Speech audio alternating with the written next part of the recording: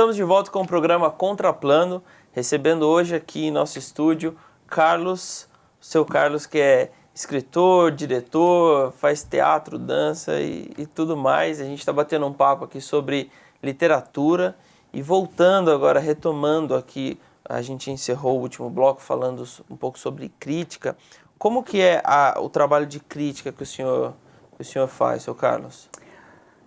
Na realidade, o trabalho de crítica que eu faço, assim, eu tive muita influência, né, além do Otto Maria Capô, do Otávio Paz, né, que eu considero que o livro dele, O Arco e a Lira, assim, é básico para se entender toda a forma de literatura e poesia que foi realizada no século XX, principalmente quando ele fala sobre os raços negros, né, que regiam, né, o mundo de Isadora Ducasse, que ficou mais conhecido como Lutremont, né? Então, através disso, geralmente minhas críticas são construídas assim, e mesmo quando eu dava aula, né, de crítica literária, eu deixava bem claro, né, que literatura é a palavra trabalhada. Eu tive uma época, um contato, né, muito grande, assim que eu comecei, na época de teatro no Teja, com a escritora Nézia Pinhon. E eu acho que ela, na época, ela me deu muito assim, estímulo de falar que a literatura ela não poderia ser desligada do contexto da palavra trabalhada. Então, eu me preocupo muito com isso, eu não me preocupo tanto assim com o contexto linear da palavra. Houve uma época que a literatura ela tinha um contexto linear definido, né? Por exemplo, início, meio e fim. E quando a gente vê que a literatura passou, né, por diversas transformações, eu penso que essas transformações assim, ela deve ser acompanhada principalmente pelas pessoas, né, que fazem a literatura hoje na cidade, no Brasil, porque eu acredito muito, né, que a boa literatura ela se realiza a partir do momento que a pessoa se compenetram, né, de que a palavra ela não pode ter um contexto vago, né? Ela tem que ter um contexto assim que possa fazer a pessoa ter alguma forma de reflexão. Então, quando eu olho para a crítica, para fazer alguma crítica, eu fiz muito prefácio para diversos livros, né? Aqui de Jacareí mesmo, e de fora, né?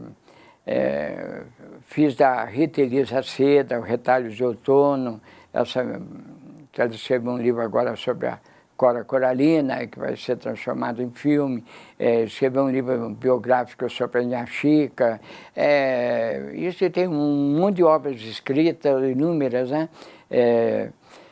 Fiz prefácio para o livro da Dirce Araújo, que é uma grande poeta.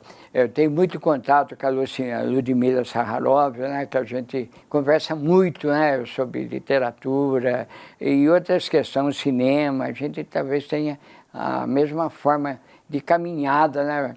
Mas agora, quanto à questão da crítica, eu acho que geralmente as pessoas que estão fazendo literatura, elas estão tendo pouca relação com a leitura. Porque se tivesse talvez uma relação mais íntima com a leitura, a obra delas mesmo teria uma nova releitura, né? Clarice mesmo Lispector falava assim, que não se leu o mesmo livro duas vezes, né? Quando eu penso numa obra trabalhada, quando eu olho para dentro da obra e vejo o contexto do escritor, a possibilidade do escritor fugir para dentro das palavras, né?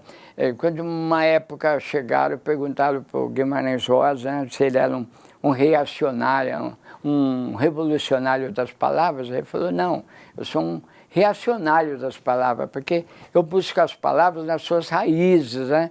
Então, existe um contraste, né, muito grande, entendeu? Quando eu vejo algumas obras assim, que os escritores não têm essa preocupação, talvez, de reler a sua própria escrita, qualificar a sua forma, trabalhar algumas formas de metáforas assim que possa enriquecer a sua linguagem literária. Tem uma autocrítica sobre o próprio uma trabalho. autocrítica. Então eu vejo as obras, muitos livros são lançados, mas por questão de a pessoa pensar assim, eu tenho um livro publicado, eu sou um escritor, né?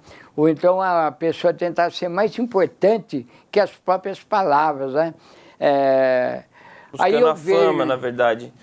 Lançando um livro, buscando a fama, não preocupada no conteúdo do livro assim, em si. Então, o que vai ser um livro a mais num instante. Eu não vejo eu vejo a literatura assim, como um meio de transformar a sociedade e transformar o indivíduo. Talvez por causa disso que minha obra sempre fica engasgada na garganta, entendeu?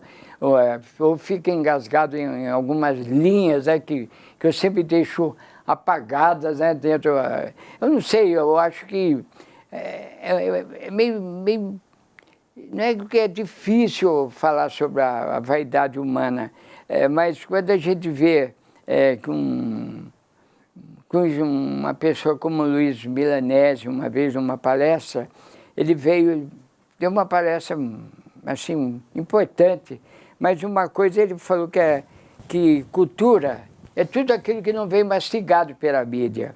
Hoje a gente vê, né, que existe uma mídia, entendeu? Que ela não está preocupada tanto com a formação cultural da sociedade. Quando eu vejo uns jovens, né, muito tempo eu cuidei da Sala Mário Lago com programações assim, que ia desde literatura, cinema, né? Eu via assim que eles se esvaziavam, né, de conteúdo, né? Então acho que eu sempre caminhei mais do lado dos jovens, entendeu? Dessa preocupação de procurar fazer com que eles encontrem a sua forma de expressão, através de leitura mesmo de grandes poetas, né? Tem Carlos William, João Cabral de Melo Neto, Manuel de Barros, sem citar alguns ícones, né? Como Carlos Drummond de Andrade, Jorge de Lima, Manuel Bandeira, e vai lá. E o que o senhor acha desses jovens, que são muitos jovens que procuram o senhor como referência? O que você acha dessa busca deles pelo conhecimento? Eu acho que... eu acho uma coisa gratificante, entendeu? Principalmente quando eu imagino assim que é uma pessoa que está colocada dentro de uma outra geração. E eu vejo qualidade nos trabalhos dele. Eu poderia citar até três pessoas, duas foram entrevistadas aqui. Um é o Paulo Guerra, né, que escreveu o Grito, né, e o Felipe Regazio também. Surgiram assim, na minha vida assim, de uma maneira espontânea, né? Ele fala mestre, mas eu acho que não, entendeu? Eu sou um companheiro deles, assim, que a gente vai, entendeu? Trocando ideias, eu mostrando, assim, aquilo que foi a minha vida, né? Sempre em busca de alguma forma, assim, que a palavra pudesse ter um poder transformador, um poder revolucionário mesmo, né? Essa coisa, eu não sei, eu acho que hoje em dia, não sei se é uma coisa particular meu, não, mas quando eu pego um soneto, pode ser até um soneto bem escrito, quem sou eu para qualificar aquilo que deve ser o símbolo de uma outra geração, mas eu acho chato, entendeu? Acho chato mesmo, eu acho que desde que houve alguns processos literários criados, né? Principalmente um grande amigo que me procurava, que ele criou a poesia Processo, que era o Dailô Varela, um grande escritor que faleceu um certo tempo atrás. A poesia ela é feita assim,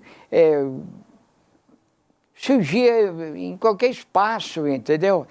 Por exemplo, até numa tampa de privada, ela é possível se criar poesia. Então, quando esses poetas jovens me procuram, eu geralmente estou do lado deles, entendeu? Mas só que eu me preocupo assim quando eu vejo, né, que eles estão, às vezes, num determinado momento, eles estão caindo em definições. Eu acho que uma poesia nunca deve definir as coisas, entendeu? Quem define as coisas dentro de uma poesia é a própria relação interior da personagem, certo? Do leitor, com aquilo que o outro autor escreveu, no caso. É uma coisa que não pode deixar fechado, cada um vai encontrar, vai relacionar com uma coisa diferente, né? Não tem nem dúvida. E qual seria um conselho, assim, que o senhor poderia deixar para os jovens de hoje em dia, os futuros escritores? Olha, talvez um bom conselho poderia estar, leiam muito, entendeu? Não se coloque, né, na frente das palavras, né? Não seja mais importante que as palavras. Busque, assim, na poesia, a expressão absoluta das suas angústias, de tudo aquilo, entendeu? Que passa de uma maneira ou outra, entendeu? Dentro do seu contexto existencial. Se aprofunde dentro do seu abismo, dentro da sua solidão. Eu não acredito que uma literatura assim, para os jovens assim, ele deve se dedicar apenas ao lado belo da vida, mas a essa característica dualista, né, que existe, né? Que desde a época do Nietzsche, né, já se falava, né, que ele criticava, né, essa dormência, né, que possa existir entre o ser humano viajando para dentro da sua própria natureza. Eu falaria para os jovens assim, se desculpa dentro das palavras, né? Procure metáforas, né? Enriqueça a sua linguagem, enriqueça o seu mundo, enriqueça a sua vida. Parte para um contexto diferente, né, do que é. Se descubra e se redescubra, né? Se redescubra, se relacione, leia Manuel de Barros, tudo que puder cair na mão. Não dá nem, talvez, para descrever assim, tudo que um jovem, né, ele tem energia, tem a luz, né? Quando eu vejo que eu já atingi uma certa idade, ainda me vejo ainda cheio de energia, né? O Teolúcio Cardoso falava, seja sempre jovem, terrivelmente jovem, né? Quer dizer, o tempo passa sobre o corpo, mas a mente deve estar sempre aberta para essa forma de conhecimento, né? Seu Carlos, e falando um pouco sobre que o senhor está sempre cheio de energia, por quê? Uma curiosidade, por que o senhor nunca escreveu um livro? Primeiro, porque acho que eu sou desprovido dessa vaidade. Segundo, que talvez eu sempre me preocupei tanto, né, com a palavra, né? Eu escrevi muita coisa, eu acho que eu tenho muita coisa esparramada, mas às vezes eu penso assim, que talvez eu não tenha escrito um livro, foi aquele tipo de coisa que eu chamaria o jogo da amarelinha, né? Que existia um espaço entre o céu e o inferno, e em cada quadradinho daquele pulo, né? Eu fui capaz de deixar tudo aquilo que eu escrevi, por exemplo, com amigos, né? Então, tem texto meu com a Esther Rosado, tem texto com a Ludmilla, tem texto com a Rita Elisa, tem... eu acho que todos os poetas da cidade têm texto meus, né? Então, um dia eu falei assim, um dia vai ser... Entendeu? Não que eles vão se reunir para publicar alguma coisa que fosse minha, aí seria já uma questão da vaidade, né? Mas saber que eu fui capaz de falar que para cada um deles, entendeu? Que eu confiava no trabalho deles, entendeu? Que eu poderia não concentrar a literatura em mim apenas, entendeu? Ela não ser projeção do meu pessoal. E de uma forma ou outra o senhor conseguiu passar esse conhecimento, não em forma de um livro, mas através de textos. De pessoas assim que eu tenho também uma admiração muito especial, né? Esther Rosado também ocupou um espaço muito importante dentro da minha vida, né? E eu sempre acreditei, né, que a vida é essa forma de transformação. Agora, das coisas, né? Eu não tenho pretensão, de vez em quando eu dou continuidade para o Casarão, depois eu entrei em comentário, porque talvez vá tomar uns 2 minutos ou 3, né? Então, entendeu? A gente vai deixar para o próximo bloco, a gente vai fazer mais um breve intervalo. Não saia daí, o Contraplano volta já. No próximo bloco a gente vai falar um pouco sobre cinema e dança também. A gente volta já.